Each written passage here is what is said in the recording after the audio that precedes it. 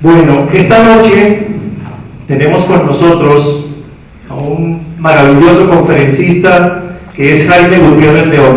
Esto de verdad que para la cátedra, como con los anteriores conferencistas, de verdad que es un honor tenerlo él aquí. No es común que él dé conferencias aquí en Colombia. Según me decía ahora, es la primera vez que va a hacer esta conferencia en Colombia, incluso la conferencia está en inglés. La conferencia se ha hecho muchas veces en Europa y en otros países, pero es la primera vez que se hace en Colombia. Esto para nosotros de verdad es una primicia, es un orgullo tenerlo aquí con nosotros para que él nos cuente todo lo que está relacionado con el disco genético, y no solamente con el disco genético. Ya lo van a ver ustedes a lo largo de la conferencia, todo lo que Jaime nos va a contar. Entonces, bienvenido Jaime, de verdad, muchas gracias por aceptar la invitación a esta cátedra en la que todos los conferencistas estamos viniendo sin que nos paguen un peso. Todos los que estamos aquí no recibimos absolutamente ninguna retribución económica por todo el trabajo que estamos haciendo. Entonces, de verdad, muchas gracias por aceptar la invitación, muchas gracias por estar aquí y muchas gracias por colaborar con esta cátedra. El escenario es todo tuyo. Si quieres utilizar este micrófono o el... Muy bien. Bueno, gracias.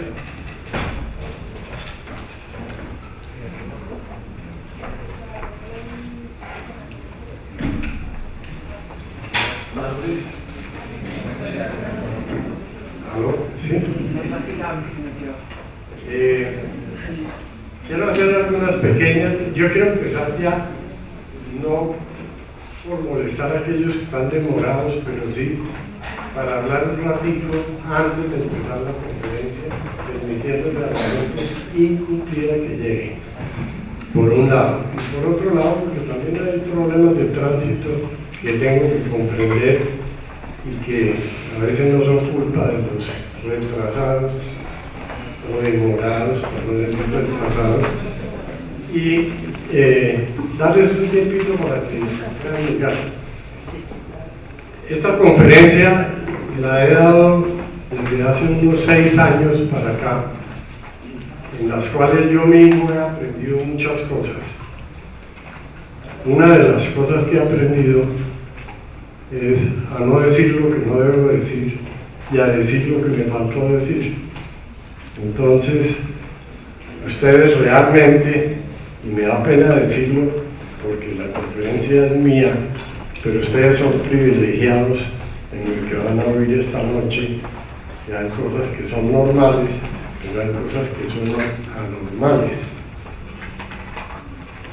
Como la teoría que yo mismo he creado a través de explicar esta acción de la manipulación de objetos precolombinos, que es una afición. Yo no soy profesional, no soy antropólogo, no soy arqueólogo, pero como esa es mi afición, a veces lo hago con más cariño que la misma profesión.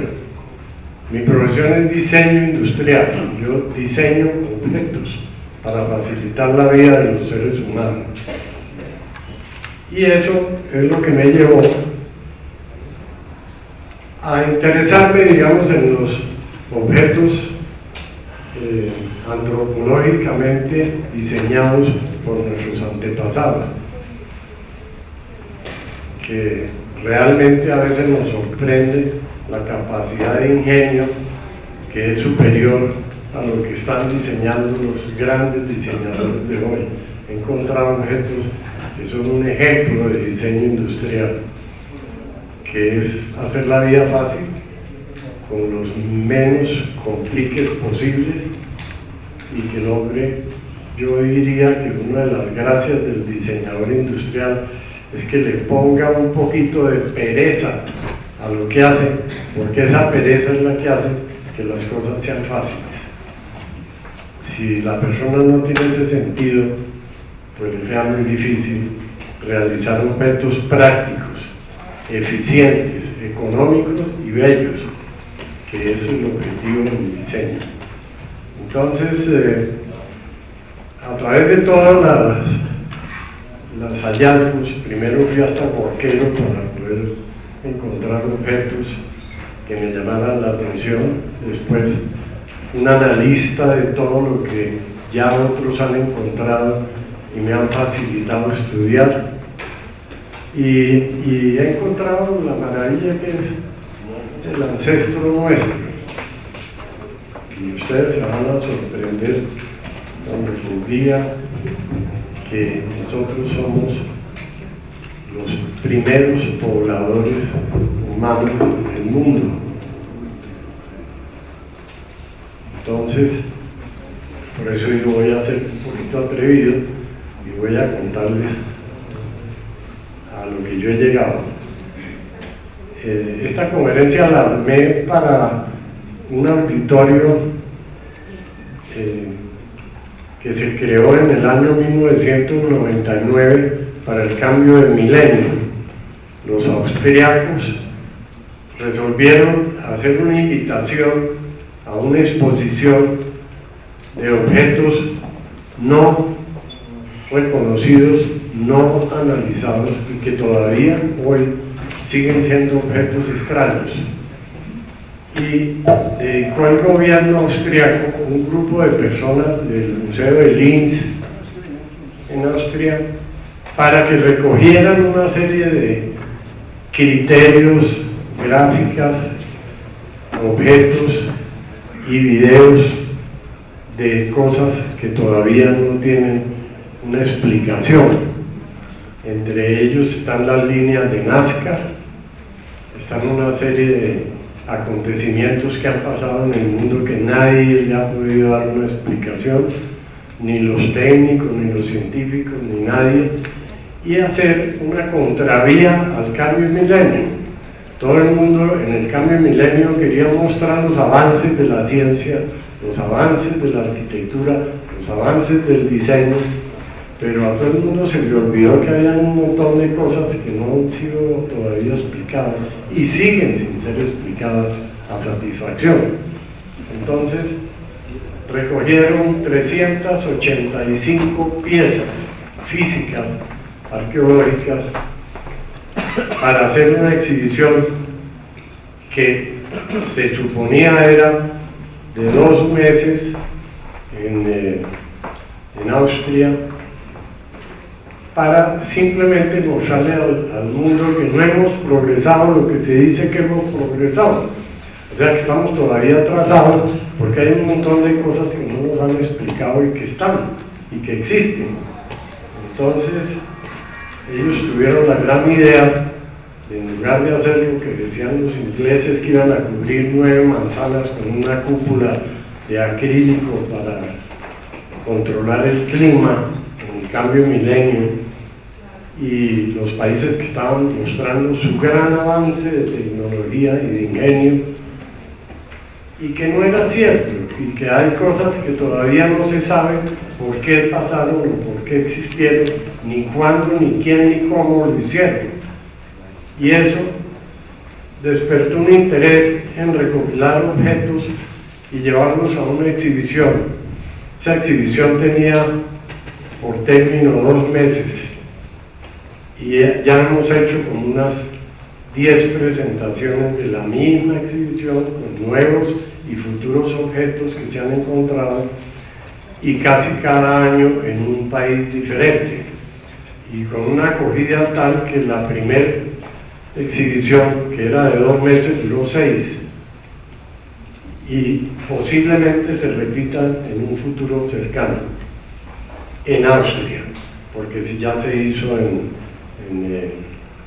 Alemania, se hizo en Corea, se hizo en Suiza.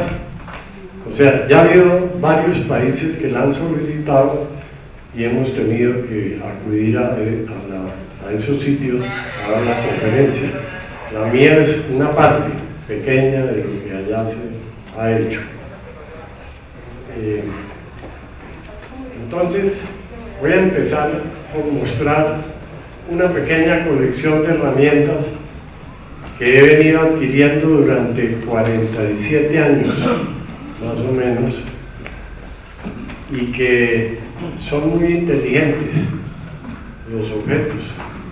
Un buen diseño es un objeto inteligente que explica la forma de utilizarlo, que es eficiente en su utilización y que a veces sorprende que eso haya sido hecho hace 10.000 años,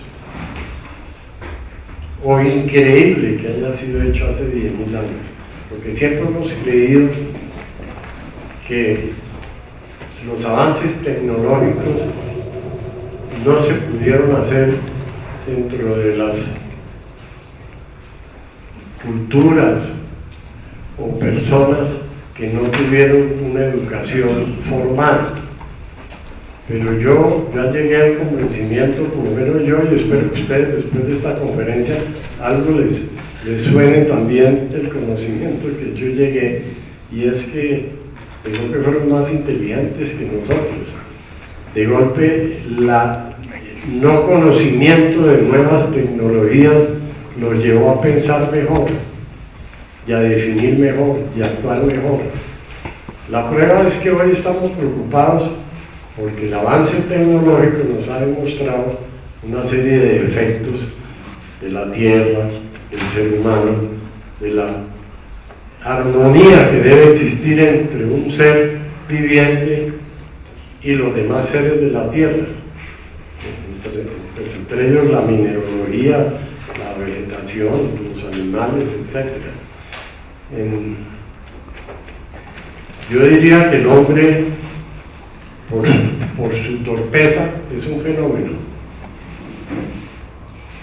porque habemos 25.000 millones de especies animadas en la Tierra, y solo uno se le ocurrió transformar la naturaleza, pensar, desarrollar tecnologías nuevas, hacer experimentos, etcétera, etcétera, pero algunos con muchos errores y otros con muchos perjuicios al normal desarrollo de la naturaleza. Entonces, yo ya me convencí que vamos a tener que regresar para volver a ser inteligentes, para volver a ser constructores y no destructores de la naturaleza, y para volver a ser sencillos en nuestro modo de vida. Así como estamos fregados. Han inventado muchas cosas.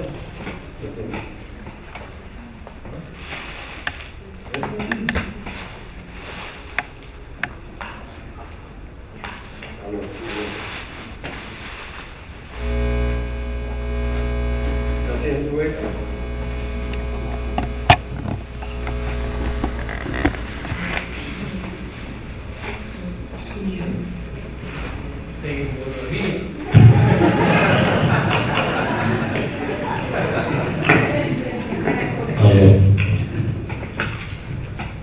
Bueno, ya no he hecho más discursos, ya se dieron cuenta, hay cosas que funcionan, hay cosas que no funcionan. Entonces, basado en eso, que yo ya estoy convencido, quiero que ustedes se convenzan un poquito que tenemos que recuperar lo perdido y avanzar en la parte humana más que en el desarrollo tecnológico, porque hoy día tenemos unas cosas que supuestamente nos van a ayudar a vivir rápido y fácil, como los celulares, que yo espero que ustedes ya se hayan dado cuenta que no funcionan. Entonces, que uno pierde mucho tiempo tratando de usarlo y no le funciona. Entonces, ¿cuál es el tiempo que estamos ganando? Cero. Al contrario, incomodándonos, pensando que va a funcionar y no funciona. Ya ni los fijos funcionan. Entonces, yo los quiero llevar un poquito a unos 10.000 años atrás, que es la época en que me adaptaron en el Instituto de Ciencias Naturales de Austria, de la capital. ¿Ah? Viena. El Instituto de Historia Natural de Viena tiene unos laboratorios muy interesantes y unos científicos científicos muy interesantes, que desafortunadamente uno de ellos ya murió desde la última vez que lo conocí, que hizo experimentos sobre las piezas. Ya hoy el carbono 14 no es la tecnología ideal para datar una pieza, sino que es un escáner que data la pieza si es pétrea o alguna cosa y no hay elementos orgánicos. Funciona muy bien en determinar la composición geológica de la pieza y la intervención, cuando se hizo intervención. Hay sistemas muy fáciles. Estas piezas que les voy a mostrar son de lidita. Lidita es un corazón de pizarra, porque así son en términos vulgares, para no usar términos que no vamos a entender.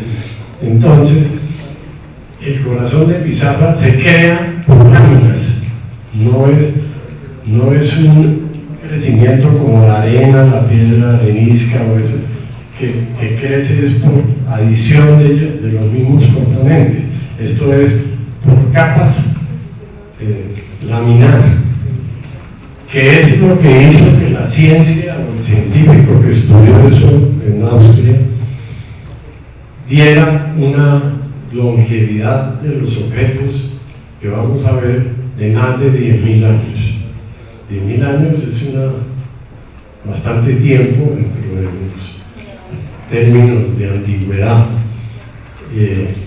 Pues sabemos que los primeros más antiguos son los egipcios, los etruscos, no sé qué, y resulta que esos se datan entre 3.500 y 5.000 años.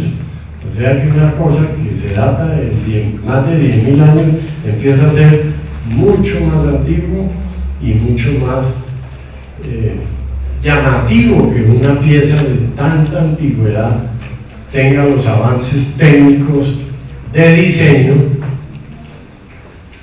para que pueda operarse fácilmente.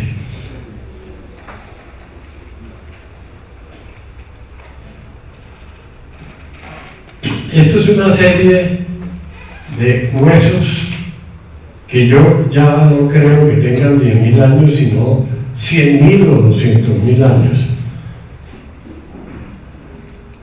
Y que lo usaron los primitivos para desollar los animales para prepararse sus alimentos. Eran como cuchillos de los mismos animales que cazaban, usaban como cuchillos, sacándoles filo. Digamos, hay partes filudas que pueden cortar la piel de los animales.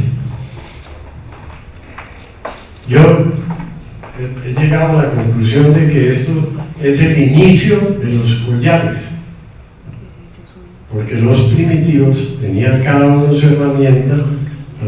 La mayoría tienen orificio para colgarlos, para llevarlos colgados y poder tener libertad en las manos para cazar, subirse a los árboles, etcétera, etcétera. Pero cuando llegaban al bohío o al sitio de la comunidad, lo colgaban en una estaca, en una horqueta, en alguna cosa. Y de eso se prestaba confusiones. Entonces alguien llegaba y cogía el cuchillo de otro y se lo llevaba para cacería y creaba problemas. Entonces empezaron los primitivos a marcarlo. Entonces le hacían una cruz o un agujerito o dos rayitas para que no se lo llevara otro. Y empezó a nacer la estética de los objetos. Entonces el mío tenía dos rayas, el otro tenía una cruz, el otro tenía un punto, pero resulta que eso se iba volviendo gráficamente una expresión. Y si yo era hábil para tallar el hueso, pues yo quería mostrar mi capacidad superior y empezaba a hacer unas cruces más bonitas, más complejas, más estilizadas, hasta que acababa siendo un elemento de orgullo de llevar. Ya no era una herramienta, sino también un objeto decorativo, digamos. Y cuando tipo de esos se enamoraba de otra indiecita, decía, no, yo le voy a regalar mi herramienta que es más bonita que la de Pedro, y le regalaba, y ella por orgullo de llevar un símbolo de su marido que era un gran cazador, pues se lo ponía todo, para todas las fiestas, no para casar, pero sí para las fiestas y las reuniones, para demostrar que ella había escogido un ser superior, entre comillas, y empieza a ser el objeto decorativo, ya no la herramienta o el arma, sino el objeto de distinción, el que distingue a un ser de otro ser, o una habilidad de otra habilidad, o de la inhabilidad. Entonces, yo creo que los collares nacieron de ahí, porque no le veo otro objeto. Ya. Collar no sirve para nada, para ahorcarse si se enreda, pero no sirve físicamente para nada, pero sí estéticamente, tiene un mensaje. Entonces, esto es como por darles un aperitivo de los análisis que he hecho sobre los objetos.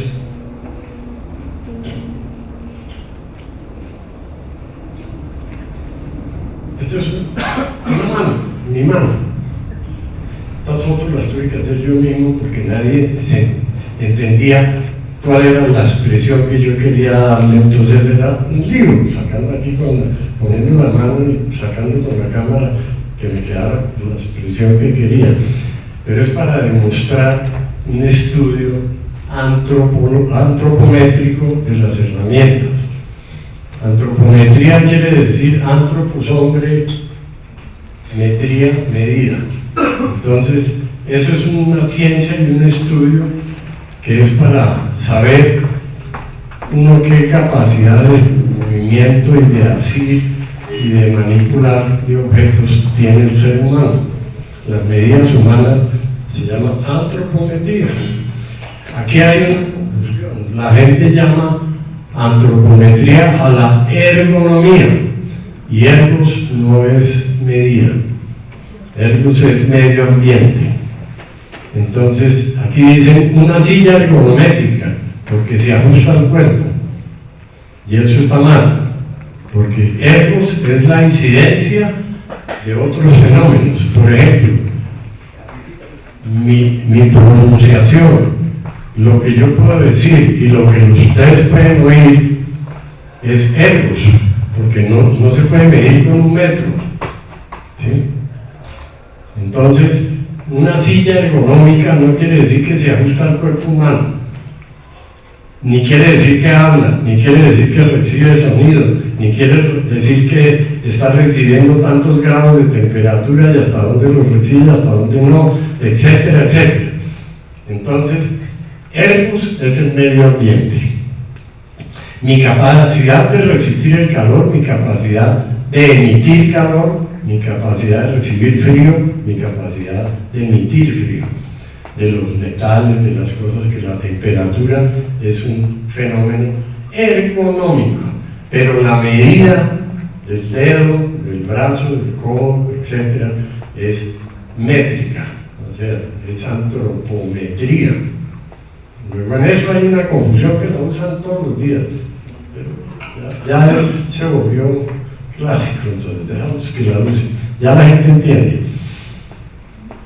Esta es una mano humana para saber si los objetos eran usados por la mano, por el pie o por el brazo, o eso, se hace un análisis, y esto nos demuestra, digamos, cómo se coge una herramienta y cómo se opera una herramienta. Y estos objetos se surgieron del análisis antropométrico, o sea, cómo deberían usar. Esto es una conga. Conga es el nombre que le dieron a una especie de manopla que uno coge en la mano y con esa golpea en este sentido o en este sentido. Es una arma, por decirlo de alguna manera.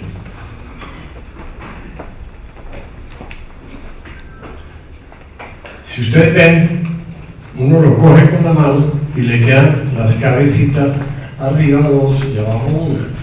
que son los golpeadores. Es como una manopla. Eso lo vemos mucho en algunas estatuas egipcias, en que el hombre tiene las dos manos aquí abajo y en cada mano tiene una conga, pero una conga que no expresa nada. Estos personajes primero tenían la conciencia de no taparle la cara a los muñecos tallados ahí. Eso es importantísimo, porque eso quiere decir el respeto que le tienen a los seres, de dejarlos que vean, no cogerlos y apagarles la visión que tienen, que supuestamente tienen.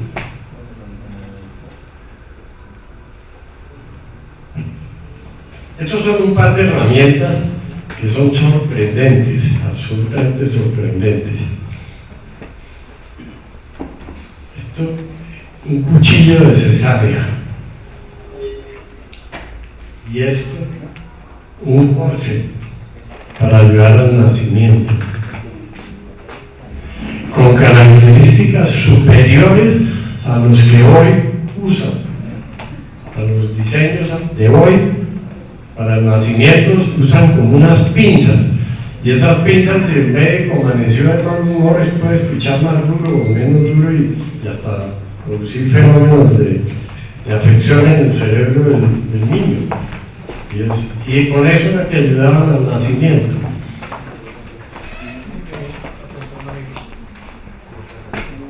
Este es el forceps, en el cual esta hendidura, que está en la cabeza, es para así con este dedo, y el ángulo que tiene corrige el ángulo que tiene la mano. Entonces se introduce en la vagina y se va empujando hacia afuera, cogiendo la cabeza por la base, por el cerebro y sacándola. La otra herramienta, que es el cuchillo de cesárea, tiene filo y corta. Tiene una cabeza de niño y un cordón umbilical que lo puede ahogar.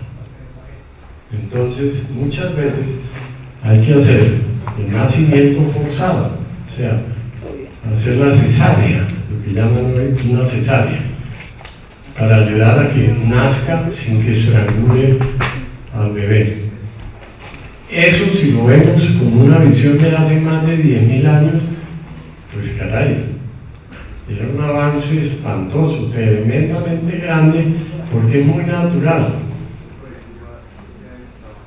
Y las formas redondeadas del forceps demuestran que tampoco molestan al introducirse en la vagina femenina, ni hacen daño, ni hacen nada, porque son formas muy suaves, muy orgánicas.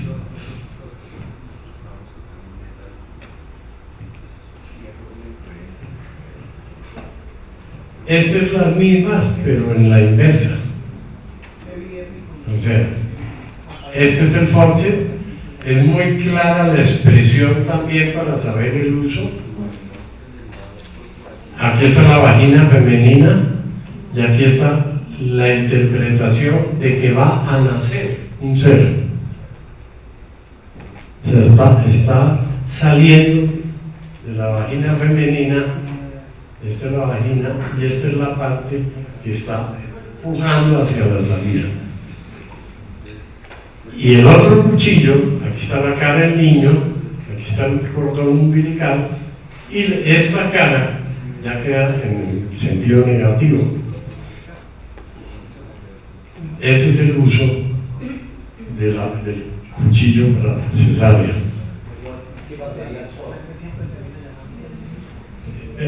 Si hay preguntas, me las pueden hacer, y si yo sé, se las contesto. Y si no, dejamos para el final que hagan las preguntas, ¿no? Me pregunta en qué material. ¿Perdón? ¿En qué material son estos? Lirita. O sea, es una piedra que nace en capa. Eso hizo pensar que no se podían hacer hoy esas herramientas por una sencilla razón. porque las piedras que se hacen por capas, no es muy dura, tampoco es una dureza de 0.6, pero tampoco es blanda. Y tiene la ventaja de que cualquier herramienta electrónica o eléctrica que tiene vibración no puede hacer eso, porque empieza a descarapelarse la piedra. Como la formación es en capas, entonces empiezan a salir las capas. Algunas de ellas tienen algunos daños ya, como esto, por ejemplo, si ven que está una línea de ruptura, hubo que repararlas. Y en el disco genético, que es la pieza central de esta noche, también se hicieron ensayos que demostraron que si se hacía hoy con cualquier buril, por fino que fuera, la vibración del buril dañaba la pieza, no la podía dejar tersa. Entonces, esto lo examinó un doctor Distelberg, que era desafortunadamente murió hace 2 años, el experto más grande del mundo en tallas de piedra antigua. Ya murió, pero él determinó que en esas piezas que se tallan, que quedan expuestas al aire, el aire deposita humedad en las protuberancias, cualquier cosa que sobresalga deposita humedad. Esa humedad necesita de más de 10 millones de años para cristalizarse. Ya al cristalizarse levanta la capa de las piedras por su expansión. Cuando la humedad se congela, produce una expansión, y entonces, como quedó en los orillos que se habían tallado, rompía las capas de la piedra. Vamos a ver si en alguna más adelante vemos ese fenómeno. Ese fenómeno indica que para formarse esa humedad y volverse cristal requiere de millones de años. Entonces eso determina la edad de la pieza. El carbono 14 ya no da las edades con precisión. Aquí vemos la corrección del ángulo de la mano y la forma de asir el force. Aquí se pone el índice, el dedo, y se ayuda al movimiento y a la manipulación de la herramienta.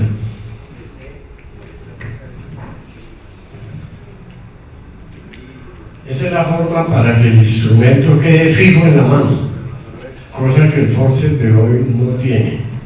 O sea, la gente lo puede coger de ahí, de aquí o a la mitad. Esto le está dando una dimensión exacta para que la herramienta tenga una distancia de manipulación exacta.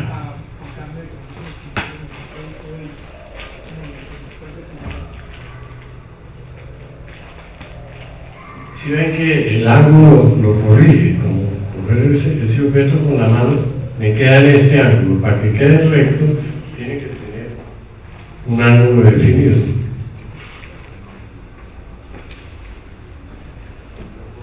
Este es otro objeto que hace una función similar, que es para cortar el himen de la mujer, que eso todavía se usa en algunos sitios, pero lo hacen ya con cuchilla de afeitar, ¿no? Entonces, con este se hacía lo mismo y se sujetaba también en una forma antropométrica bien resuelta.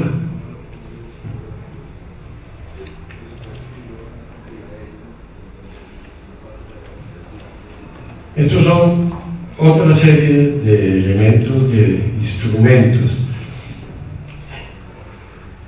que simulan un murciélago incipiente, el otro murciélago que la cola es todavía más chiquita, y este que tiene una cola bastante larga. Ese murciélago existió hace miles y millones de años. O sea que hoy los murciélagos no tienen cola. O creo que hay algunos que son tan incipientes como este o este. Solamente en Perú apareció una roca de las piedras de Ica en donde aparece otro murciélago con cola larga que supuestamente es de la misma época de esta pieza. Eso determina que cuando se vio el animal de murciélago con cola existía, si no, no lo hubieran hecho. Y no solo que existía, sino que se extinguió de años. Entonces eso le da también una validez a la antigüedad de las piezas. Hoy no tienen cola los murciélagos. Perdóneme, pero es que yo a veces no sé si disparar para acá. Estos son ejemplos de cómo se podía hacer la figura tallada para hacer ciertos elementos con ella. Estos son todos herramientas, pero con una función definida y una expresión que sugiere el acto. Los murciélagos no se equivocan, tienen radar, cuando van a llegar a la pared son ciegos, de noche vuelan rapidísimo y no se estrellan, porque tienen un radar que les permite desviarse para no estrellarse. Con esto nos están mostrando que algunas cosas hay que hacerlas con el murciélago, o la herramienta del murciélago sirve para hacer trazados y cosas perfectos, como las tiralíneas que usan los arquitectos con la regla para hacer una línea recta, con un pequeño fenómeno, y es que cuando usted pone la punta del lápiz contra la regla, no ve lo que está haciendo. Entonces estos que eran más inteligentes lo resolvieron.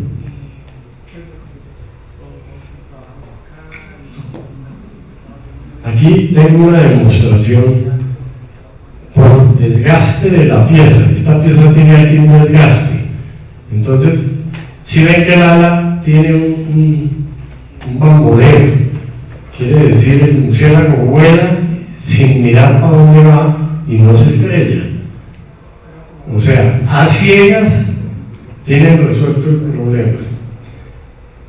Para tirar una línea, un tiralíneas recto, mira, coger un palo recto, dar la cola del murciélago ahí y tirar la línea, pero usted ve lo que está haciendo, porque hay una separación de 1,5 centímetros entre la punta del lápiz y la regla que lo conduce, lo que le da la guía.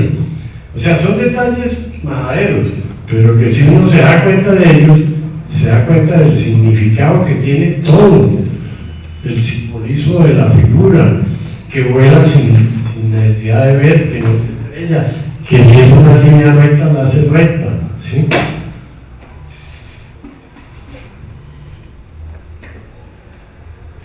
Estas son otras herramientas. Yo me he extendido mucho en explicar detalles majaderos, por decirlo de alguna manera, pero es para que ustedes aprendan a mirar con esa óptica y yo pueda avanzar un poquito más en mostrar estas otras figuras que ustedes ya van a percibir, porque no hago cuento ni tanta historia de todas las piezas, que si no, no acabamos hoy.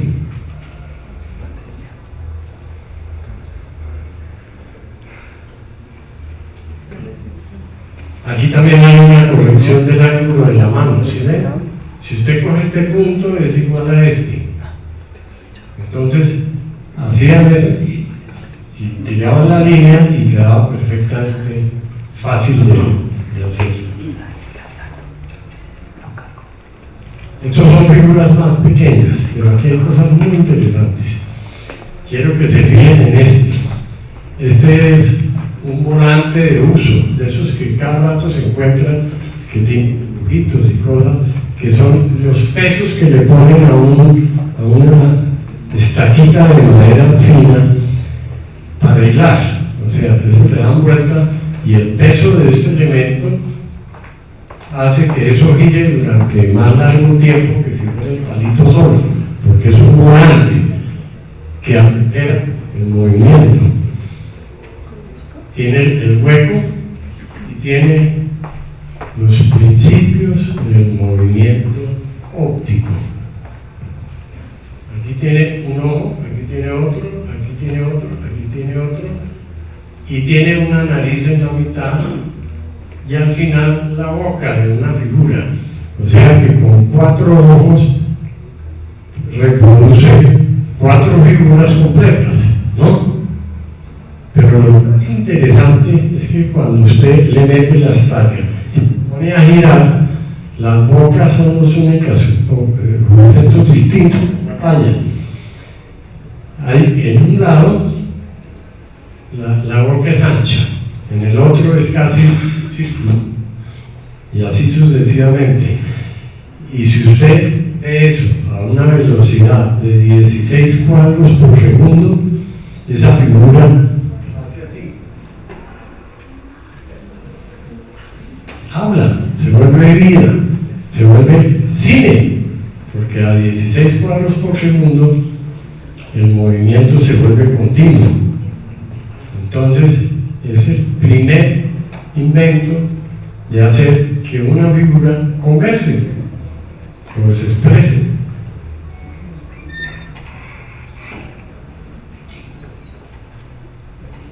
Esta es la otra figurita que vimos, que tiene también su manera de cogerla para poder hacer los grabados o lo que se quiera hacer con eso. Esto es todo un set de herramientas de un diseño absolutamente exquisito. No solamente la estética que tiene, sino la forma de uso.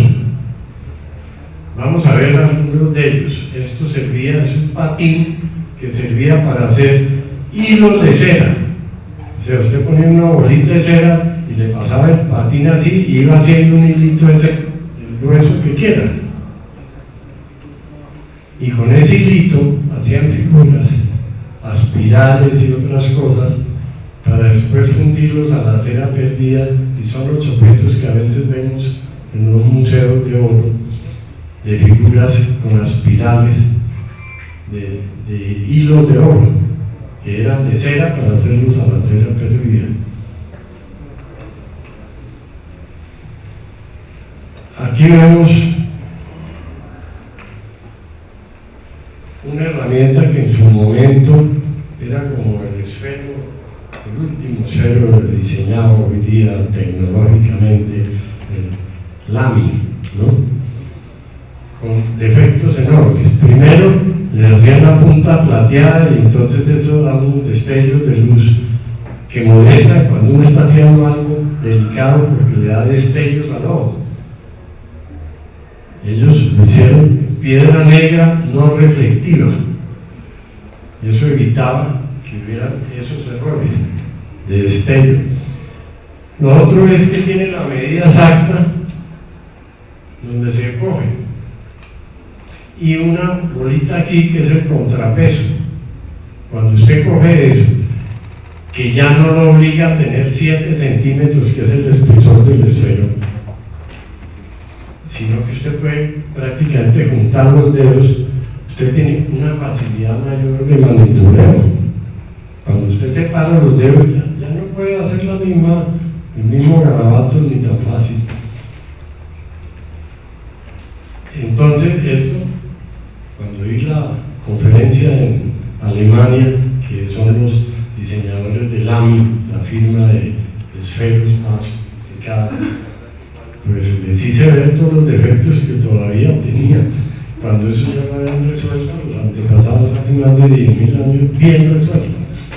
Esas son las cosas que me han hecho sentir que, caray, la inteligencia es una cosa y el tiempo también.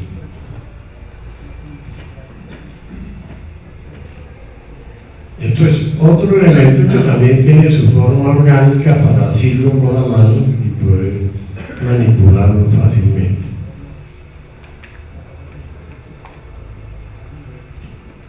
Este es otro similar al primero que vimos, que también, esta bolita y la bolita que tenía el otro es el contrapeso para que el equilibrio de la pieza en la mano no deforme el peso.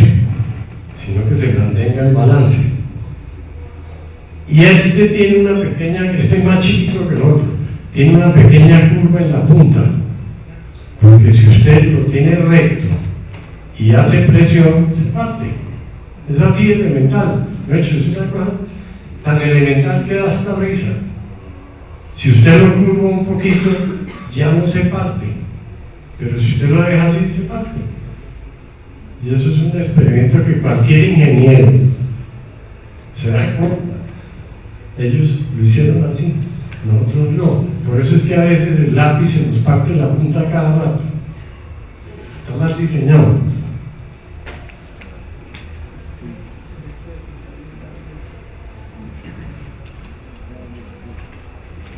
Esta es la forma de hacer todas las figuritas que voy a mostrar.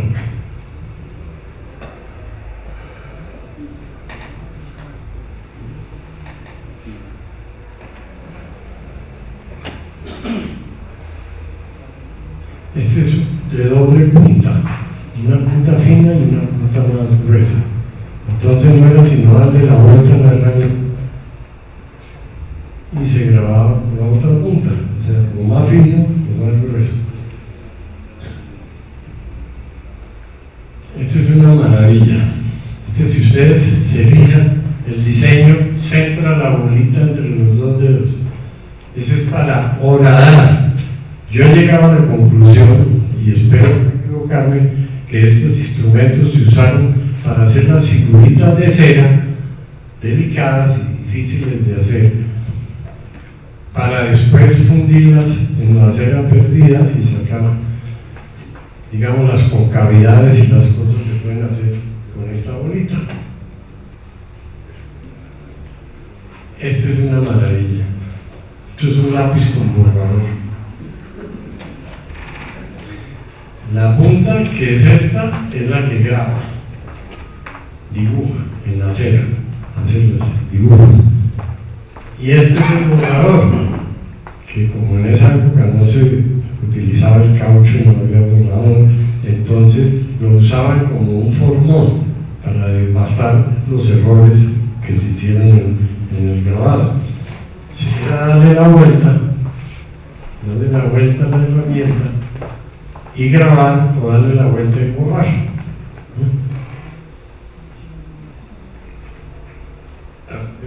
Esperen que vuelva un momentito porque es muy interesante. Ustedes ven que tiene un cuarto de vuelta aquí. Esto está transversal a esto, ¿cierto? Ese cuarto de vuelta hacía que si yo lo tenía aquí en la mano y estaba grabando, no era problema, pero si iba a borrar, tenía que quitar estos dedos del camino porque no me dejaban ver lo que estaba haciendo. Entonces ese cuarto de vuelta me sacaba los dedos a un lado y me dejaba ver lo que estaba haciendo. O sea, son detalles insignificantes, pero que el que está metido en el diseño y en el dibujo y en esas cosas se da cuenta de la versatilidad de una torsión de cuarto de vuelta de una pieza soluciona el problema visual.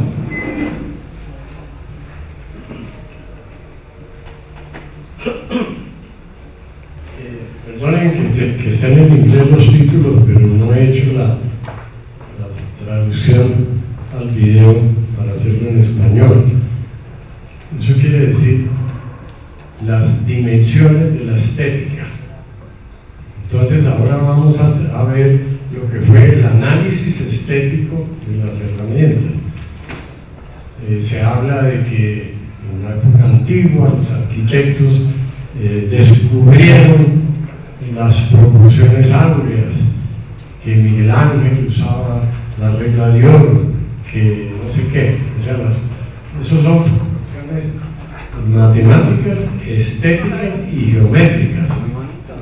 Pues estos hacían las tres de una, no porque conocieran que la proporción áurea es pi a la segunda potencia o esas cosas, no, sino porque su sensibilidad lo llevaba a hacer unas proporciones estéticas agradables para el ser humano. ¿Qué es la proporción áurea? La proporción áurea es la división de todos los objetos vivos del universo, e incluso el universo. Los caracoles, la medida humana, el ombligo es la proporcionable al ser humano, el codo es la proporcionable al brazo, el dedo, esto es la proporcionable al dedo, etcétera, etcétera. Que es una proporción que no se ha podido definir del todo, porque no es matemática, es geométrica. Es la relación de una parte con la otra y con el total. Y entonces, por eso la llaman la regla de oro, la media y extrema razón, la proporción áurea, porque es una maravilla.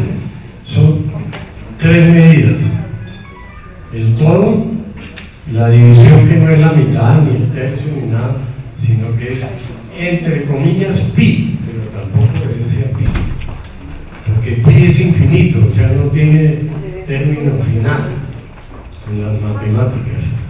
Es que para mí la geometría y las matemáticas no pueden estar tan entrelazadas, porque no son.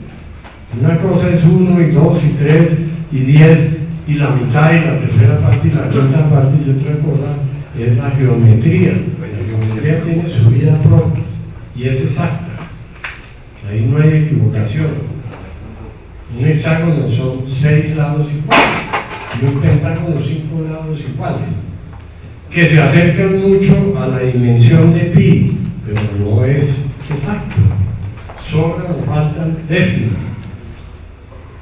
Pero una persona que no ha estudiado matemáticas ni geometría no las conjuga, entonces las hace más puras, porque si es geometría usa la geometría, y si es matemática usa la matemática, no las combina.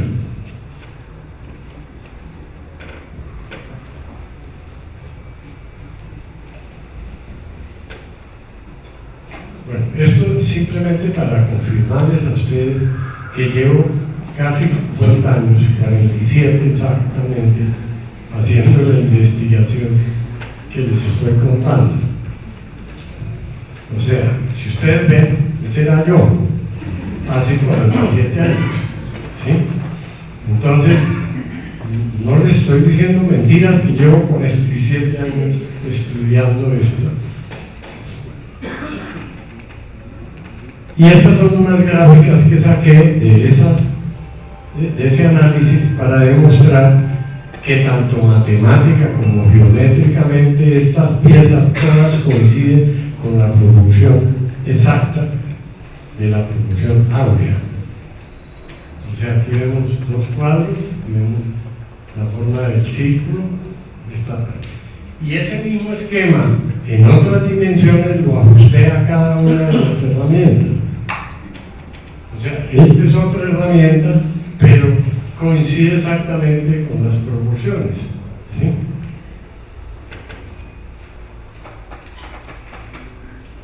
Todas están bajo la misma medida y todas coinciden. Por eso digo, no por el conocimiento que ellos tuvieran para hacerlo, pero sí por la coincidencia emocional del artista.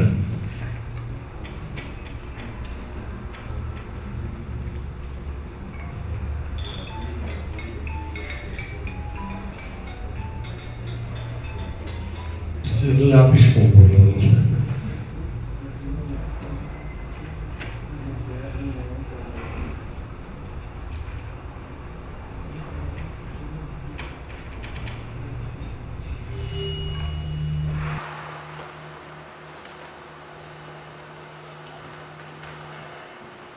Aquí el gordo. Esto quiere decir analogía genética. O sea, ahora vamos a ver el disco genético y el análisis que a eso se le ha hecho y las deducciones a las que he llegado. Voy a atreverme a anticipar las teorías que ya creo que son las deducciones de este análisis. Yo considero que el hombre, ser pensante, no es un horror. el hombre es poligenético, o sea, hay dos clases de seres humanos de razas puras en el mundo en que vivimos. Una es la raza negra y otra es la raza amarilla. Mi conclusión personal, y esto lo digo ya sin pensante, me daba pena. El negro es una evolución del simio, que fue evolucionando lentamente hasta llegar a comportarse como un ser humano, entre comillas. Y el amarillo es una mutación de la rana. O sea, el origen cercano que tenemos del ser humano, de la raza amarilla, es la rana. Y la rana tenía en su momento inicial 3 dedos, hoy ya tiene 4, y aparentemente hay algunas que ya llegan a los 5 dedos. En la bomba atómica que echaron en Hiroshima, hubo un fenómeno de contaminación del agua con los efectos de la bomba atómica. Y unos peces, con escamas, con aleticas aquí y cola, tuvieron que salirse del agua para poder sobrevivir como raza. Y han generado un cambio genético, una mutación genética, y las aleticas de adelante se volvieron manitas, y la cola se volvieron piernitas, y fueron evolucionando. Solamente hay 2 animales que sabemos que mutan hoy en su propio ciclo de vida, que es el gusano que se vuelve mariposa y el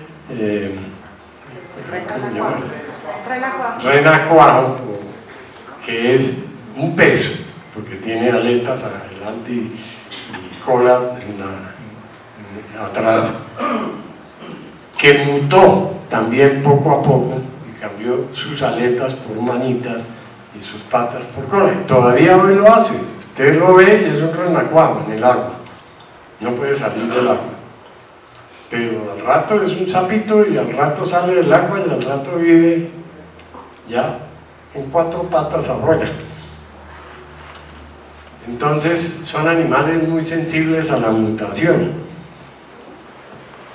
Yo no sé, algunos de ustedes, yo no veo aquí gente muy adulta, pero hay uno que otro, que hace 20 años o 25 años, para saber si una mujer estaba embarazada, tenían que inyectar la orina de la mujer a un sapo, y si el sapo reaccionaba, era que la mujer estaba embarazada, y eso no fallaba, y eso se llamaba la prueba de Galli, y eso duró desde mi abuelita, no me acuerdo, que esa era la manera de saber si una mujer estaba embarazada, en la prueba de Galli.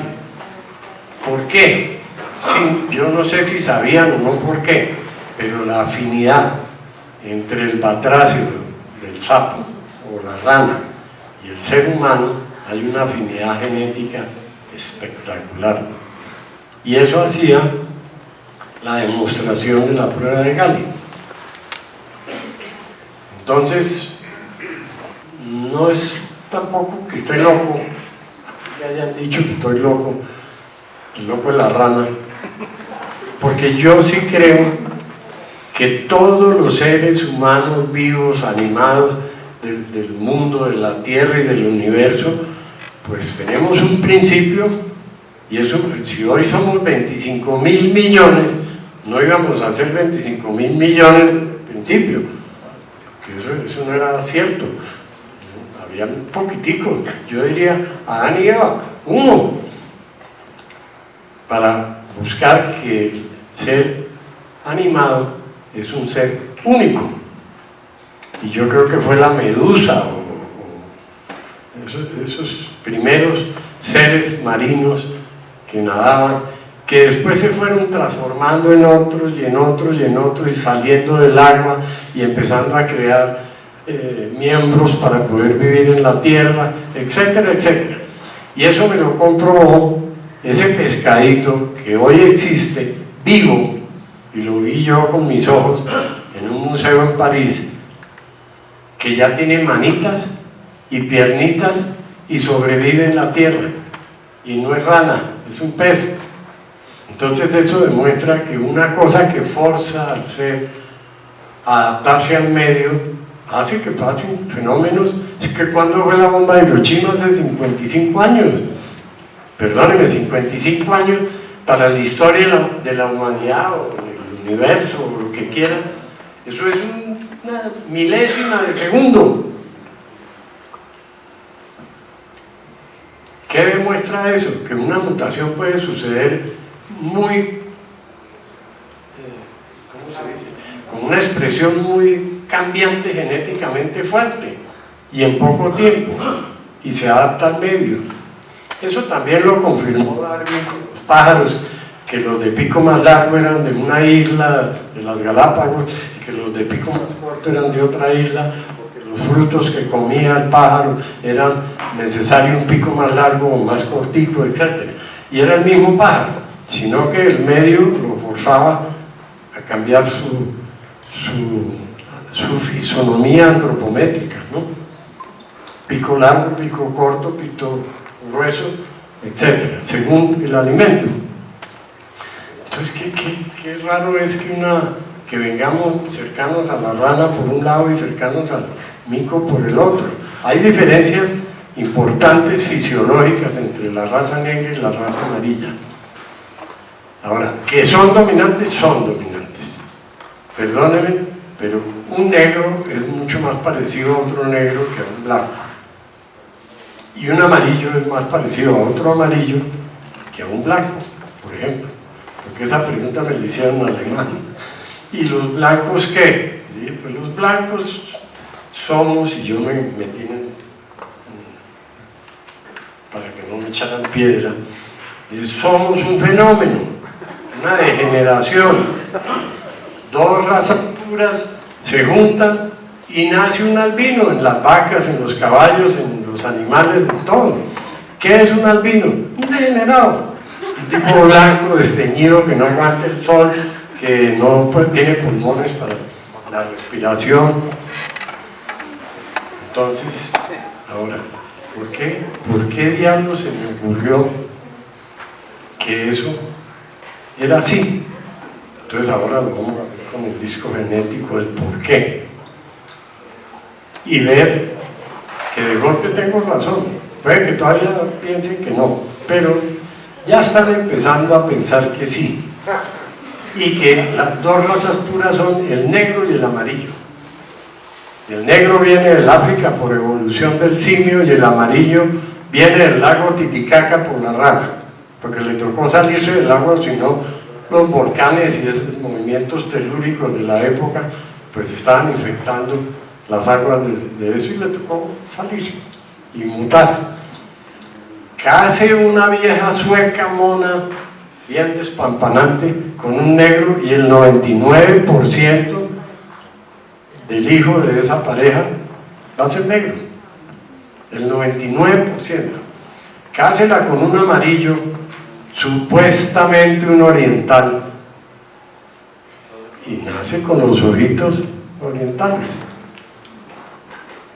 Entonces son dos razas puras. ¿Qué vamos a hacer? Y el blanco no, el blanco hay chatos, hay orejones, hay de oreja chiquita, pero no tienen una raza definida, porque es un fenómeno. Nació de una unión de dos razas puras y eso produce el fenómeno. Y no podemos definir cómo es un blanco. ¿Cómo es? Si hay de todo, en los blancos hay de todo, orejones, trompones, nariz chiquita, orejas grandes, orejas chiquitas. ¿Cuál es la raza blanca pura? Díganme en una, y yo les digo que no. Entonces, claro, eso lo dije en Berlín, en Alemania. Dios mío, yo no me di cuenta en ese momento de lo que estaba haciendo. Pero cuando dije, empezó todo el mundo a mirarme con una mirada que me tragaba, dije, no, yo tengo que poner este asunto. Entonces dije, el blanco, así sea un fenómeno, desarrolló el intelecto muchísimo más que las otras dos razas para poderse defender del trópico y de las montañas y del frío y del calor y todo eso. Y entonces fueron seres que empezaron a pensar más allá de los demás. Y bueno, entonces no me echaron piedras. Y hay ya alemanes que están haciendo el estudio genético del disco, y hay unos que están de acuerdo conmigo, aún siendo alemanes. O sea que ya el progreso es grande.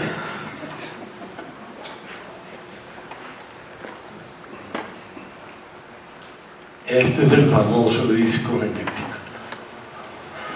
Aquí sí nos vamos a detener un ratito. Yo quiero que sepan, todos ustedes, que si entran a internet o a la tableta o al teléfono inteligente, celular, que no funciona, si ustedes entran en esos aparatos modernos técnicos, y ponen Genetic Disc o disco genético en español, ya me creen hasta en el idioma, entonces van a aparecer una serie de fotos, de análisis que han hecho otros seres, no yo. Yo ya hice los míos y ya dije lo que tenía que decir. Pero ahí pueden ustedes ir más allá, y cada día aparecen tipos que hablan de eso, y otros afirman, otros dicen que estoy loco, otros no sé qué, pero ya se habla de eso mundialmente, porque ustedes entran en Google y ponen disco genético y ahí aparecen. Unos me dicen barrabasadas, otros me dan elogios, pero ya están dando. Las teorías tienen que andar si no llegan. Aquí hay una serie de figuras que son muy interesantes. Aquí vemos la mujer rana, ahí el sexo la identifica. Y aquí vemos el hombre rana, cuyo sexo también se identifica. Y aquí al lado está un huevito de rana, porque en esa época los batracios eran ovíparos, y siguen siendo. Los que son todavía rana y no se han transformado en seres, siguen siendo ovíparos. Este disco tiene unas divisiones, si las vemos aquí. Y si vemos esta flecha, viene por aquí, y separa esta parte de esta. O sea, esto es un ciclo, una definición, y esto hasta aquí es otra, ¿sí? La flecha lo indica. En esta flecha hay un desportillado aquí, que fue ocasionado por la cristalización de las humedades, y eso ayudó a identificar la edad del disco, más de 10 millones de años.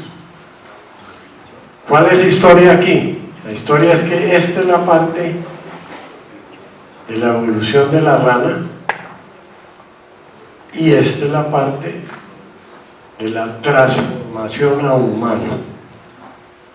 Si ustedes ven, aquí hay un hombre que también lo define el sexo, y una mujer, y aquí una mujer gordita, o sea, embarazada.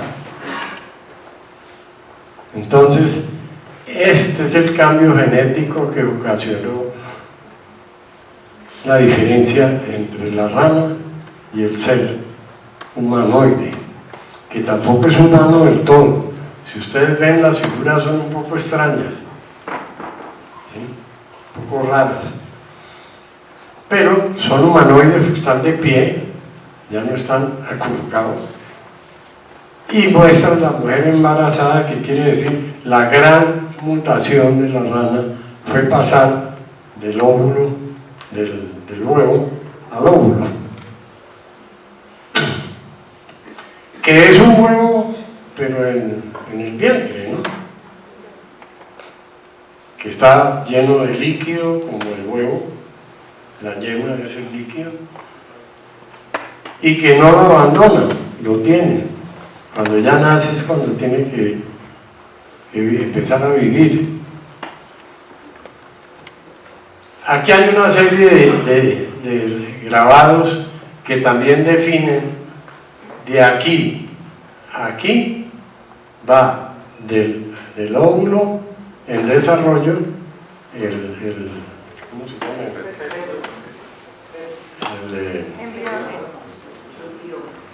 Y se va volviendo hombre, y aquí ya es el hombre, ¿sí?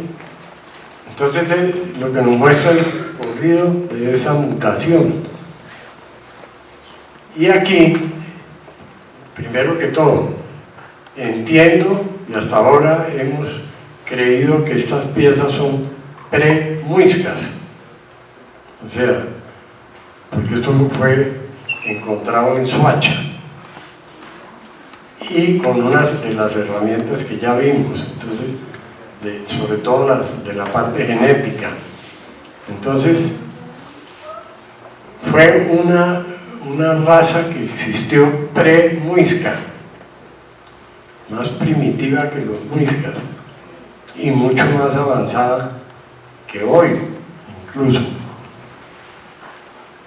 Aquí viene la historia de la flecha, el desenvolvimiento del renacuajo a hombre también. Entonces, están mostrándonos la evolución. En la otra cara del disco, que es esta, este es el anverso, es la historia genética muy clara. Aquí hay un hombre, el sexo lo identifica, aquí hay un niño, aquí hay un pez, o sea, y aquí el sexo femenino. ¿De dónde venimos? Del agua.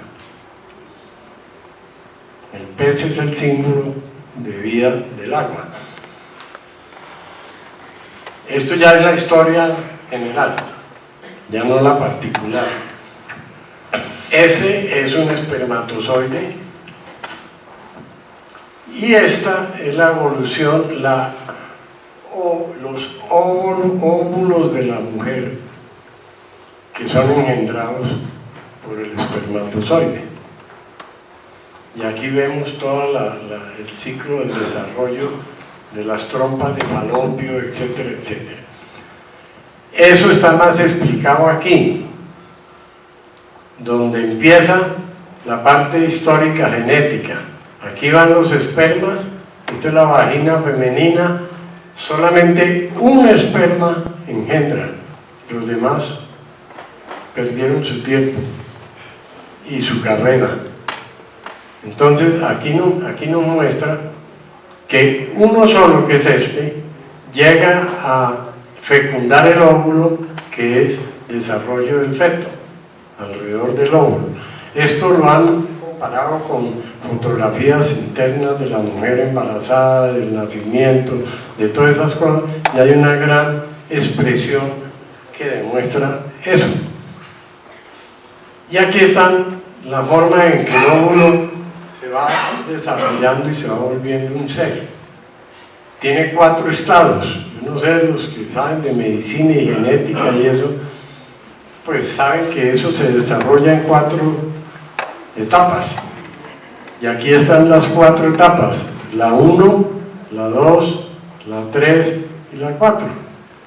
Y van mostrando cómo el óvulo va creciendo. Hay también un espermatozoide. Ese espermatozoide es negativo, y lo saben los que saben de genética, que existen espermatozoides que no pueden fecundar. Esto lo estoy explicando es porque ahora vamos a ver una serie de dibujos rupestres que siempre nos han contado que son diseños para hacer tapices. El doctor Triana hizo todo un estudio y resulta que no, es la historia genética, y aparecen todos estos símbolos que estamos viendo aquí en los dibujos rupestres. O sea, es un mensaje. Esos dibujos rupestres tienen más de 10.000 años y están contándonos la historia de dónde venimos, los amarillos. Y esta historia es contada aquí, en Colombia, y también la he visto en dibujos rupestres desde Alaska hasta la Patagonia. Hablan del mismo tema, unos más recientes y otros más antiguos. No me atrevo a decir que somos colombianos de la sabana de Bogotá, los primeros amarillos, pero que somos muy parecidos, sí. Y también he hecho investigaciones en cómo fue el viaje, de dónde partieron, a dónde llegaron y cómo se expandieron en Europa. O sea que el cuentico de que vinieron de allá a conquistarnos, mamona, eso no es cierto. Aquí partió la raza amarilla a poblar Europa. Y si ustedes miran, ahora con ahí sí hay que meter un poquito de aceptación a la tecnología.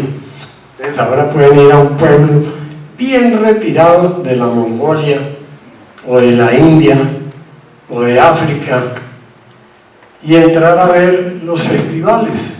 En Mongolia, usted va a un pueblito que hagan un festival y están los dragones, que también los tenemos aquí, nacieron aquí. En los Tumaco, yo tengo dragones igualitos a los de China, India, Indonesia, etc. Un señor inglés que se llama Thor Heyerdahl hizo una comprobación, una teoría, y es que de América se podría ir a Europa sin brújula, sin nada, simplemente haciendo una gran barcaza, que ellos llaman el Arque Noé, ¿no? Y viajó del lago Titicaca, pues de las costas de Bolivia y Perú, por las corrientes marinas del sur. Eso despeja un montón de problemas que teníamos hasta hace poquito, hasta que yo me puse de lambón. Por ejemplo, ¿quién hizo las estatuas de las Islas de Pascua? ¿Por qué todas esas están en la playa mirando hacia América? Son monumentales, que pesan de 50 hasta 200 toneladas. Y de golpe llegó un francés o un inglés, no me acuerdo ahorita, y descubrió las Islas de Pascua y no había gente, pero había miles de estatuas. Hoy están haciendo un descubrimiento muy interesante, y es que todas esas cabezas que estaban hasta aquí tienen cuerpo de ahí para abajo hasta de 30 metros, porque se les dio por excavar y mirar qué estaba pasando de ahí para abajo, y descubrieron que no eran las cabezas, eran seres de 30 metros de alto, de pesar 200, 300 toneladas. ¿Cómo así que estaban ahí mirando para América del Sur, hasta hileras de 20 y 30 estatuas? Y no había quien las hizo, no había nadie. Entonces, si el viaje fue así, pues tiene mucha lógica. Llegaron a la primera isla que encontraron viniendo del Perú para Europa. ¿Qué es el Arque Noé? El Arque Noé es que estábamos en una situación parecida a la que estamos empezando hoy. Tsunamis, volcanes, temblores, terremotos, etc. La gente de América tuvo que migrar, irse. ¿Para dónde? No sabían para dónde. Entonces, si uno se va y no sabe para dónde, uno se lleva el cepillo de dientes, la pasta dental, la peinilla y un montón de cosas, porque no sabe si a dónde va lo va a encontrar o no. Entonces echaron gallinas, caballos, que eran unos caballitos chiquitos, esos son originarios de América, los caballos, hipocántropos, no sé qué. Bueno. Y se lo llevaron en el Arque Noé porque como no sabían para dónde iban, por lo menos llevar con qué comer y sobrevivir a donde se llegue. Gallinas, todos esos animalitos los echaron en la barca.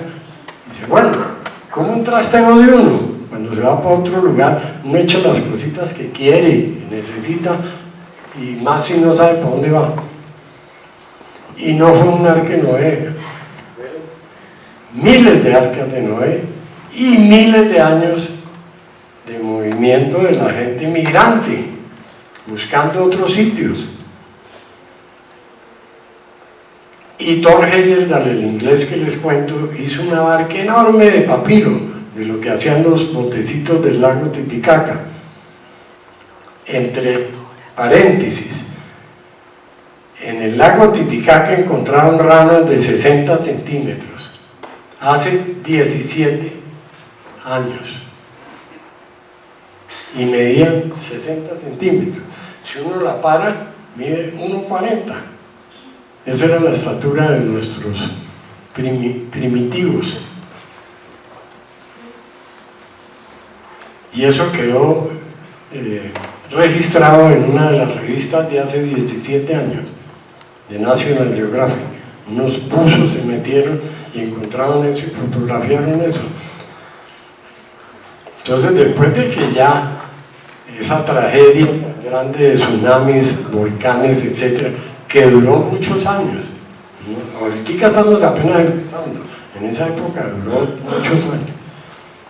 Llegaron a Singapur esas barcas y fueron poblando todas las islas del sur. Por eso todos esos maoris, los hawaianos, los habitantes de esas islas son prácticamente iguales a la raza indígena nuestra, o sea, los primitivos nuestros de América del Sur. Entonces, ¿por qué no podemos pensar que el cuento es ese? Que de aquí salieron para allá. Si entran ahora con la tecnología que a veces sirve y miran fiestas en Mongolia, ustedes encuentran unos bolivianos que danzan igualito a los bolivianos, que tocan zampolla, que tienen gorros de colores con penacho así, con tapaorejas, y que cantan igualito y la música es igualita.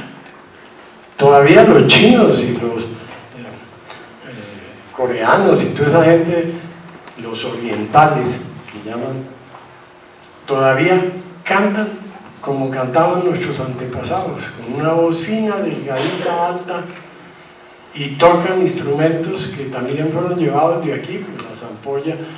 Mucha coincidencia que un instrumento tan raro haya surgido allá y surgido aquí. Entonces uno se despista cuando ve una fiesta de esas que hacen con dragones y con colores latinoamericanos, siendo que no están en el trópico, están en los picos más altos de Rusia y de toda esa zona de arriba. Otra cosa que nos sorprende es las pirámides escalonadas de Angkor. Son exactas, pero exactas es exacto, a las pirámides mayas, olmecas, toltecas, etc. La coincidencia tampoco me llama mucho la atención. Alguien la llevó para allá. Alguien hizo las primeras pirámides allá. Angkor es el primer. Yo pienso que llegaron a Singapur, así como llegó Thor Heyerdahl con su gran Kon-Tiki, que era la barca grande. Y hubo una raza que subió y pobló toda la parte del norte, Mongolia, esa zona. Otra siguió por las costas del sur de China, pobló la ciudad de Angkor, que nadie sabe quién diablos la hizo ni cuándo, y que fue hecha igualito a Xochimilco, una isla flotante hecha por el hombre, y toda la comunicación era por canoas. Y las cabezas gigantes de esa ciudad de Angkor son las que hicieron los olmecas en México mucho antes que los indonesios y polinesios y toda esa gente que pobló esa zona. O sea que eso medio muestra. Me encontré una estatua tallada en madera, en una barca, con ¿cómo se llama lo de San Agustín? ¿Cómo se llama? El pico que muerde la culebra. La lechuza. Igualita, pisándola con los pies y la culebra pasa por la boca y la lechuza la pica, exacta a la de San Agustín. Hágame el favor. Pero claro, hecha ya más moderna. Como las pirámides de Egipto, las primeras eran todas escalonadas.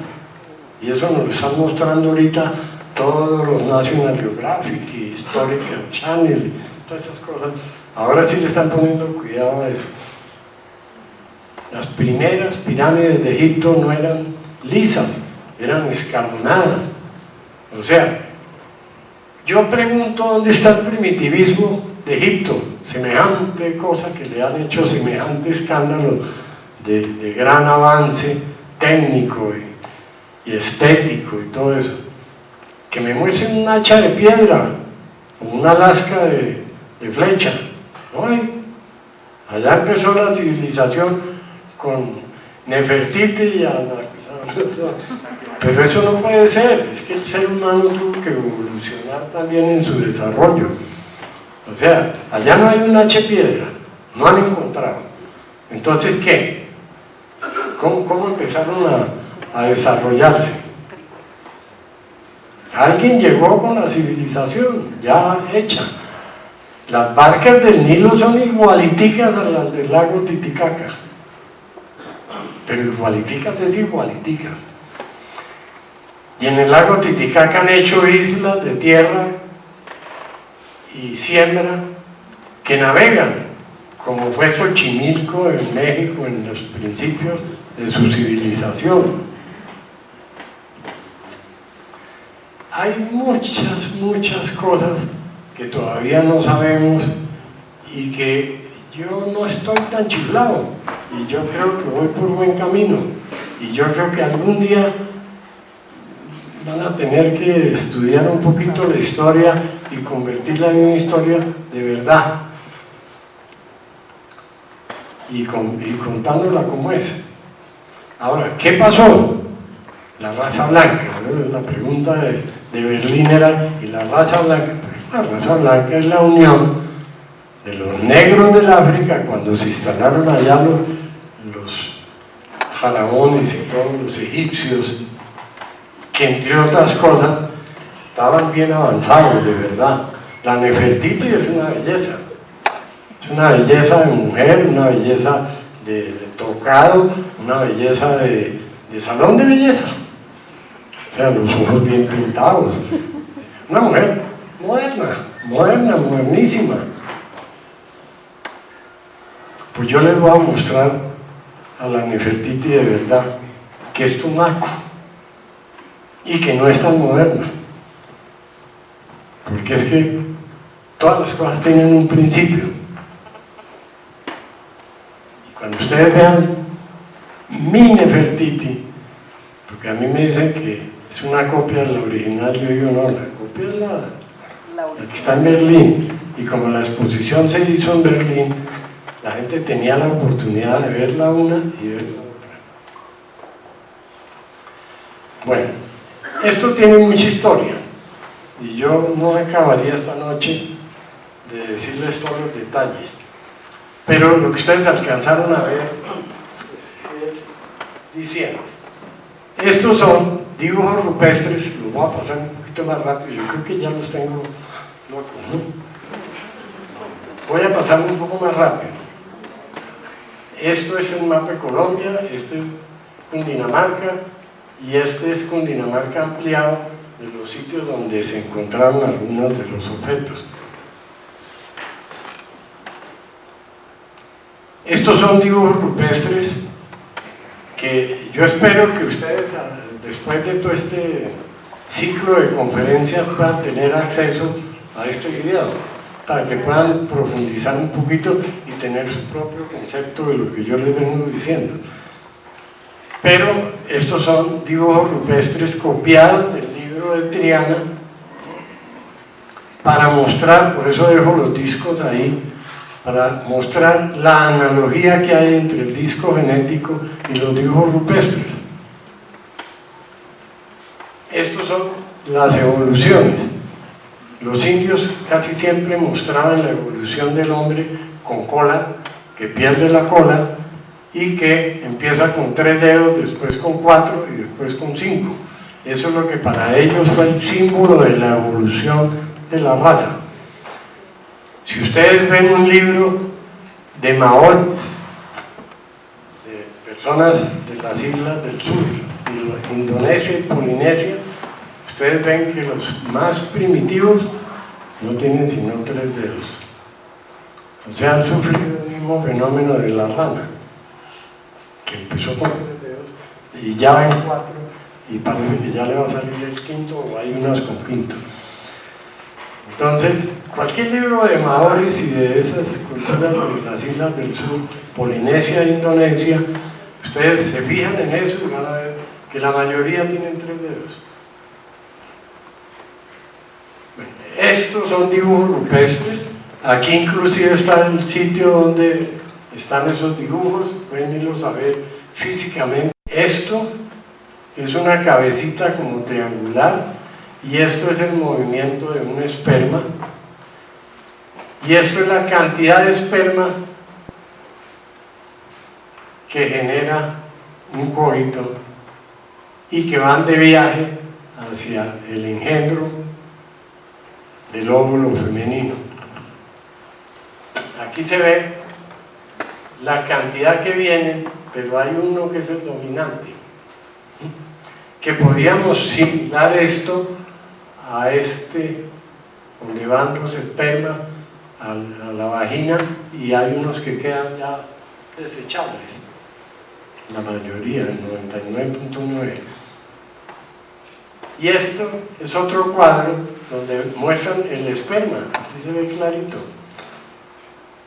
Lo que engendra es la cabeza del esperma y la cola del esperma no es cola, son unas fibras como el cabello que con entrar a la vagina de la mujer se pegan y se vuelven como una cola para poder impulsar la velocidad del esperma. Son cabellos. Eso lo vine a saber hace como unos 35 años cuando inventaron el microscopio electrónico que aumentaba 24 millones de veces las imágenes. Antes no se veía sino un poquito con el microscopio normal. Y me lo mandó un médico que yo ya le había echado el cuento y me mandó la foto no era una cola, eran fibras como cabellos que al aglutinarse formaban la cola y se aglutinaban por la vagina, por la mucosa de la vagina. Entonces aquí nos echan ese cuento, pero nosotros no lo supimos leer y están mostrando cómo es la formación, cómo se volvió hombre, cómo los engendraba, etcétera, etcétera. Vamos a ver si hay más, otros más explícitos. Pero esto es la rana, la evolución de la rana que pierde la cola y se vuelve la rana cuadrúpeda. Y aquí está otra vez la rana, y aquí está otra vez el espermatozoide que va andando, va navegando, y aquí están las manos con los dedos, y van contando que primero era 3 dedos, y si ustedes miran esos dibujos rupestres indígenas, incluso hechos en cerámica, que tienen una espiral que conduce a estos 3 dedos, y este son después, no están dentro de la espiral. Todos esos detallitos son importantes. Bueno, aquí hay más elementos. Aquí hay una rana con una especie de cartel arriba, así, una pancarta, parece que fuera están ahora en el bolsillo. Pero eso lo tengo en un libro japonés de hace 4.000 años, exacto. Y allá también encontré todos los muñequitos rana de 3 dedos. Entonces, coincidencias, por realidades. Y aquí se muestra también claramente lo que fue la evolución de la rana al hombre. Aquí es todavía más claro, y si ven, no se ve muy bien, pero son 3 dedos, no son 4 ni 5. Aquí la cabeza del esperma, y aquí otra vez el muñequito con la pancarta arriba, que muestra los 9 meses de embarazo, que muestra los genes, que muestra los cromosomas. O sea, es más un lenguaje genético que un lenguaje de diseño de tapices, ¿no?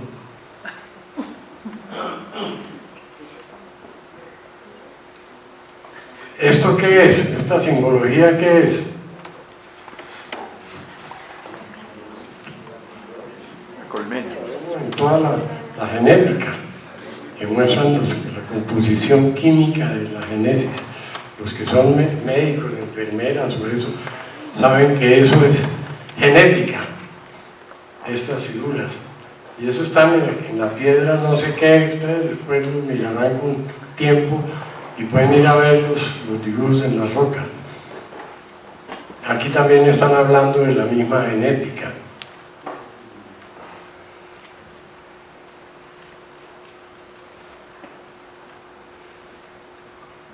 Bueno, aquí ni se diga, aquí nos están dando una clase clásica de arquitectura genética.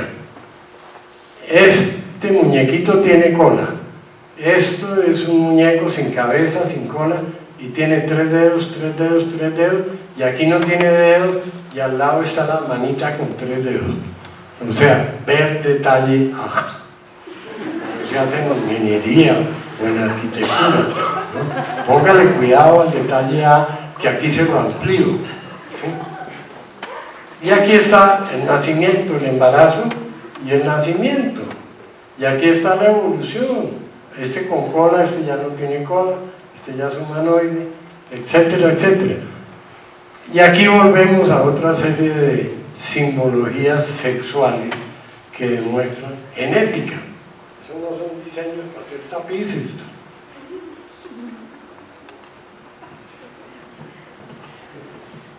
Aquí volvemos al mismo cuento, cromosomas, los 9 meses de embarazo, etcétera, etcétera, el esperma. Eso que se me aparece cuando no lo llamo. Ah, ya descubrí, el error es mío, no es la tecnología. Bueno, yo creo que hemos visto suficiente, ustedes después podrán verlo con calma y durante 18 o 20 domingos. Aquí están los dedos otra vez, los 4 dedos, 3 dedos, 4 dedos, 5 dedos. Y están mostrando la mano y cómo a través del tiempo y de la evolución, la mano, que era un símbolo importante, está también bien definida. Aquí también esto es genético, esto también es genético, la vagina femenina, etcétera, etcétera. Todavía no he podido traducir todo ese lenguaje, pero sí sé ya qué es. Y lo puse en este video para que la gente con calma, tiempo, se dedique a mirar más y a descubrir más. Me va a ayudar. Aquí me aparecen otros espermas, otros aquí.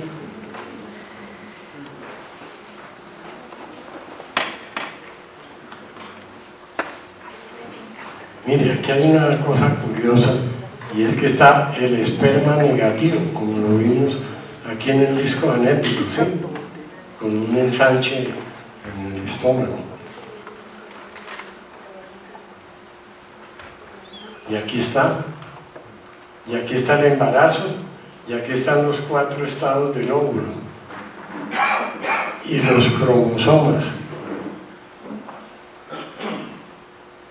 Si lo vemos con esa óptica diferente, empezamos a encontrar una relación válida.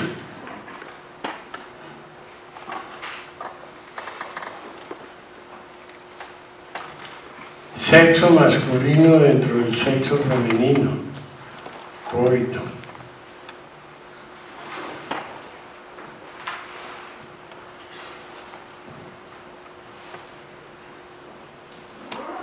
Esto es como la repetidera de la repetidera, pero ya ustedes tendrán más tiempo después de mirarlo con calma y ir, ya con lo que les he dicho, les abro la idea de mirarlo con otros ojos. Hay varias analogías. Ahora llegamos a un cráneo encontrado por mí, o sea que no me pudieron poner conejo en eso, en Tenjo, en una finca en Tenjo donde hicimos excavaciones. Estos cráneos fueron datados, unos en 14.000 años y otros en 17.000 años. O sea, seres humanos son dolicocéfalos. Seres humanos de hace 17.000 años en América del Sur. Están en un libro de uno de los antropólogos y arqueólogos más respetables de Colombia, que es el doctor Gonzalo Correal, que hoy día es amigo mío, pero fue enemigo. Yo, el nombre del loco de la rana me lo pusieron gracias a él, pero ya no me dice que soy el loco de la rana. Me dice es que él no se atreve a decir nada porque él es un científico que fue director del Instituto de Antropología y que le queda mal apoyar mis teorías públicamente sin tener comprobaciones reales.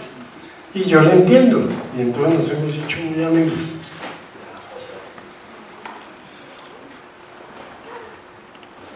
Este es otro que es el más reciente, este es de 14.000 años. El anterior es más viejo y tiene una cresta occipital enorme. Quiere decir que los cuellos eran casi que nacían de los hombros, ¿no? O sea, eran bien primitivos, bien primitivos. Y esto también me reafirmó la antigüedad. Si ustedes se fijan con cuidado, los dientes son radiales. ¿Qué son radiales? Desde hace 5.000 años para acá, los dientes de las calaveras antiguas son parietales, o sea, están en esta posición. Esa posición no permite comer carne cruda, se rompen los dientes. Pero cuando están en esta posición radial, que parten a raíz de un eje aquí, así, están diseñados y hechos para rasgar carne cruda, todavía no cocinada. Eso demuestra que sí pueden tener la edad que les han dado de 17 y de 14.000 años. Ya pocas calaveras se han encontrado en América, en Europa ni se diga, pero en América que tengan esa edad. Y están en un libro del doctor Correal, que encontró puntas de flecha con los elefantes esos antiguos. ¿Sí?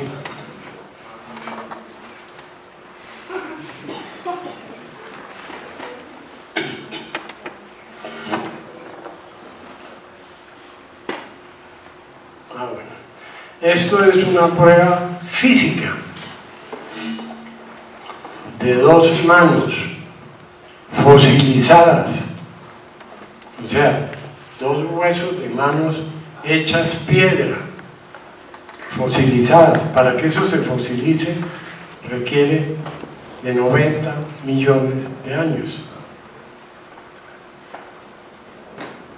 ¿Quién se le ocurrió poner una mano hace 90 millones de años para que acabara fosilizada? A mí que me cuente, porque yo no he leído eso en ninguna parte. Esto es la mano derecha, que está deformado este dedo por una amonita. Y la amonita se extinguió hace 380 millones de años. Entonces, tipo tan hábil, el que cogió una amonita y la trajo hace 360 millones de años y la puso ahí para que fuera testigo. Aquí hay otra, mírela. Una monita. La monita tenía que estar viva para que se fosilizara igual que las manos. Las manos fueron datadas en el Instituto Técnico de Viena, de Austria, entre 100 y 130 millones de años. Sin embargo, como la monita se extinguió hace 380 millones de años, podría haber sido contemporánea. Y hasta ahora nadie me ha podido negar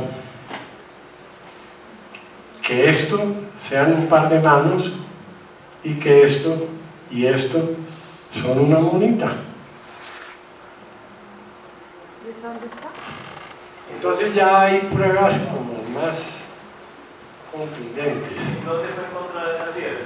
Esto en Villa de Leyva, cerca del fósil, cerca quiero decir unos 3 o 4 kilómetros del fósil, del ictosaurio.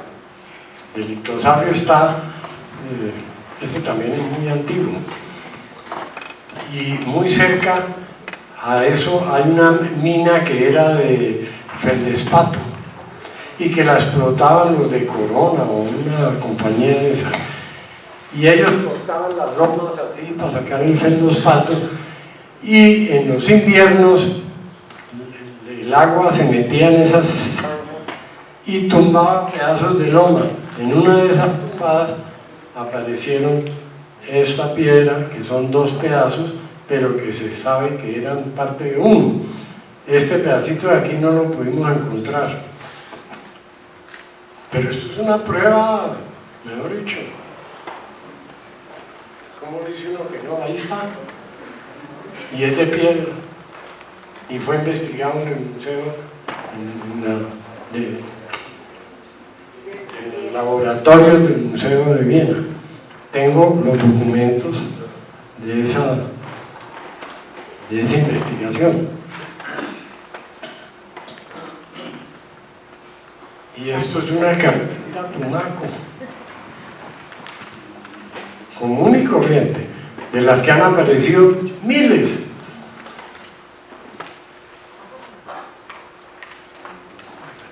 De formación craneal, igualita a las egipcias.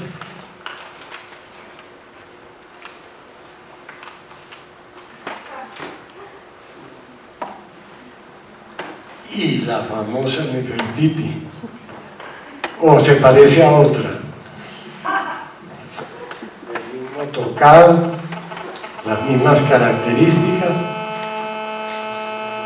y es tumaco, de la costa pacífica. Tiene aproximadamente 3.000 años, que es lo que le han datado aquí, pero es que 3.000 años yo no creo, ni creo que los egipcios de ahí tampoco eran de 3.000 años.